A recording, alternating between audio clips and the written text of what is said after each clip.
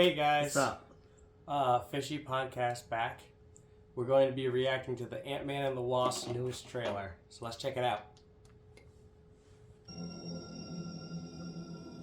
You're an interesting man, Scott Lang. You're an Avenger. You have a daughter.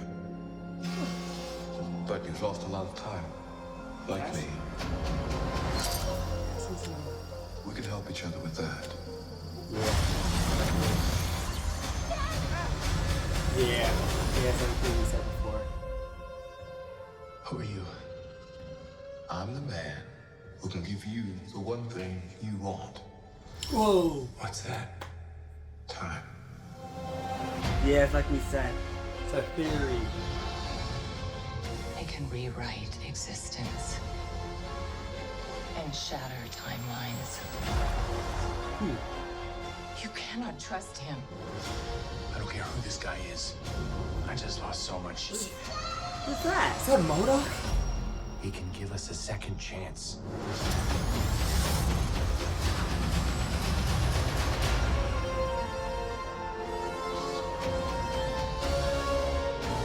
Let me make this easy for you. You will bring me what I need. Or everything you call a life will end.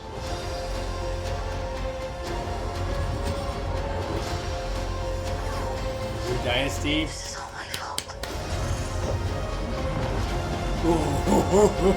You may not want her to watch this. We had a deal.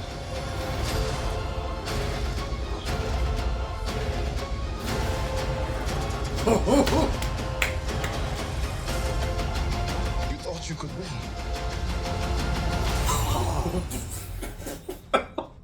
I don't have to win.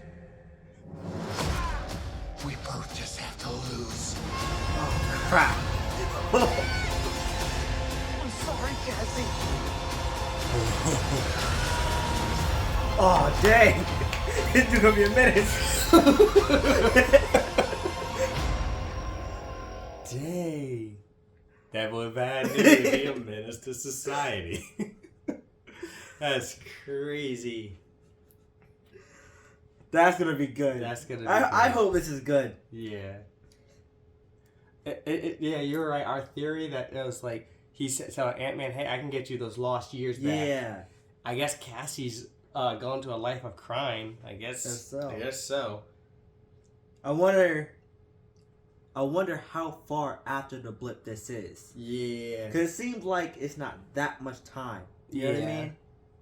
And that's probably why he's really like, I want to get those years back. Yeah. Dang, that's crazy. Whoa. Yeah. I don't know why, but when it showed him walking and we saw like Kang's reflection on the ground, first thing that came to my mind was the villain from the live action Ben 10 movie. That's the first thing Who's that? I can't remember his name. You guys probably know. You guys can probably tell me, but that's what it looks like. But he looks cool though. It looks good. When Ant-Man was falling into the other Ant-Mans and he was reaching up, he was like, "I'm sorry, Cassie." The first thing that came to my mind was this Spider-Man comic cover, where you had like a whole bunch of Spider-Men in like this pit type thing, and then you had Spider-Man 2099 like reaching his hand up like that. That's what it reminded me of. So I think this is gonna look really cool. It looks really cool. It looks like it's gonna be very like intense, but it looks like it's gonna be fun too. He said, "Hey, let me make this simple." Jason, he said, "Do you feel in charge?" Really? Oh man. Yeah, this looks cool. I can't wait to see this in theaters. That's gonna look cool. 3D? Maybe. Dang, this looks like it's gonna be good. I saw some things saying like, oh, it's gonna be the shortest Ant-Man movie, Uh-huh. or it's gonna be one of the shorter MCU movies, and I'm thinking, as long as it's a good story, Yeah. it still should be enough time. Yeah. From this, it looks good. But we've said that about other trailers. Yeah. And so, Let's hope Peyton Reed did good on this, because he Yeah. did good on the other two. Peyton Reed did this one too, right? yeah. Okay, so let's hope Peyton Reed did good on this one. Just like he did good on the other two. That looks cool. Did you see MODOK? Yeah. I was like, yo, what? I was like, wait a minute, why is there a giant floating head? I was like, did we enter Phineas and Ferb? There's a giant floating baby head following him around. That's crazy. So does that mean Kang built MODOK? Or could it be, maybe there's another person, like, villain or something? I don't know. That's interesting. Because the last time we saw... Well, no, we don't know if it's exactly him. Who? Never mind. I was thinking that it was that... Never mind. Because I thought either I heard something... I heard a rumor about something, or I theorized something of who MODOK is. But I don't want to say anything.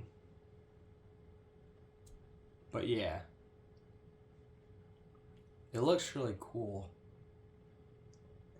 I hope this is actually going to set up something. Yeah. Because we're into Phase 5 now. Yeah. Phase 4 felt like it was setting up everything else. So Phase 5 needs to kick everything off. Because like in the trailer though, it says, it's a dynasty. Yeah. It's a new dynasty. My fear is that the trailer showed too much. Like, I like the trailer, but my fear is I'm going to go into the movie and be like, oh, well, this was already in the trailer. Yeah. You know what I mean? I don't know how the setup is, because I know, like, before you had Marvel doing the trailers, and then you had a different media, and then you had a different media. They had, like, a media center. Disney then set up a media center, and they started doing the Who trailers. set it up, Brian? Who set that up? Bob Chapek. Bob Chapek set up a media center, from my understanding, to handle the trade. No, stop yes. it. No, Bob Chapek set up a media center to handle all the trailers and advertisements and stuff like that for movies. Yeah. And once that happened, I noticed. You noticed it too. Like Yeah. we both noticed that the trailers started to show a lot in the trailers that we didn't need to show. Because even Kevin Feige was talking about that for Multiverse of Madness. He was on... It wasn't a red carpet. He was on... It was the red carpet for... was it Multiverse of Madness? It could have been. Or was it a different movie? No, it was a different movie. Because they asked him, what do you... is there... I can't remember. The interviewer was saying, like, what do you think? Like, is there more secrets in this thing? And then Kevin Feige kind of said, there's been too much in the trailers already. So I'm hoping that this is done by Marvel, kind of holding stuff back. Yeah. Because I kind of feel like, and I could be wrong, but I kind of feel like we didn't need the scene of Ant-Man fighting Kang. Yeah, same. I was like, I was like, yeah, do I we agree. do we need this part? Do we need to hear Ant-Man say we can both lose? Like you know what I mean? I don't know if we needed that part, but I'm hoping that that's like, yo, what if it's like this? That's not actually like what happens. So in the Matrix, right? Neo goes visits the architect, I believe, in the white room with with the TVs on the wall, and the architect is like, yeah, all these TVs show like how this interaction could go, all the possibilities of what this could go. And we see that he's kind of looks like he's splitting because of the timelines, right? And timelines are unraveling, getting destroyed, being created. What if that line isn't our Ant-Man? That line about, but we can both lose. That's not our Ant-Man. Even crazier is that's not our Ant-Man at the end of the movie. Mm-hmm. That's a different Ant-Man at the beginning of the movie. Because what do we know about Multiverse of Madness? Dreams are you perceiving another universe. So maybe at the beginning, Scott is having a dream, has a recurring dream of seeing Kang, of fighting Kang. Yeah, because especially how they'll play the idea of Kang knowing him already. Yeah. Like, almost like maybe they may have met. Yeah. So yeah, they could play that other timelines. Yeah. I think they include the dream thing. That'll be cool because it kind of connects to what was they're set not up. going to. I mean, I don't think they're going. That would be nice, but we can't have nice things. We can't have nice things. Yeah. But it would be nice. Yeah. It's wishful thinking, I admit. But that would be cool if they set it up. Yeah. And then they paid it off, kind of in this one. Go ahead. They need to definitely connect everything, but Yeah. I don't feel like everything is gonna be connected until the first Avengers film that we get, or the first whichever the next movie. 'Cause I know the director said that this movie is gonna be like a threat of someone who's like a team level threat. So I'm kind of thinking, well, King on his own could be a team level threat. Yeah. You know, if you saw how he was yeah, bodying the Avengers and Earth's Mightiest Heroes, this dude's a menace. yeah. So that's the reason I'm kind of wondering. You don't necessarily. So I don't think it's gonna be in this movie where we find out a bunch of stuff. You know what I mean? Even though the threat's really big, I don't think it's gonna be until the next major team up movie or something. So, do you think this is going to set up? Do you think this is going to directly set up Secret Wars, or do you think this is directly going to set up Kang Dynasty?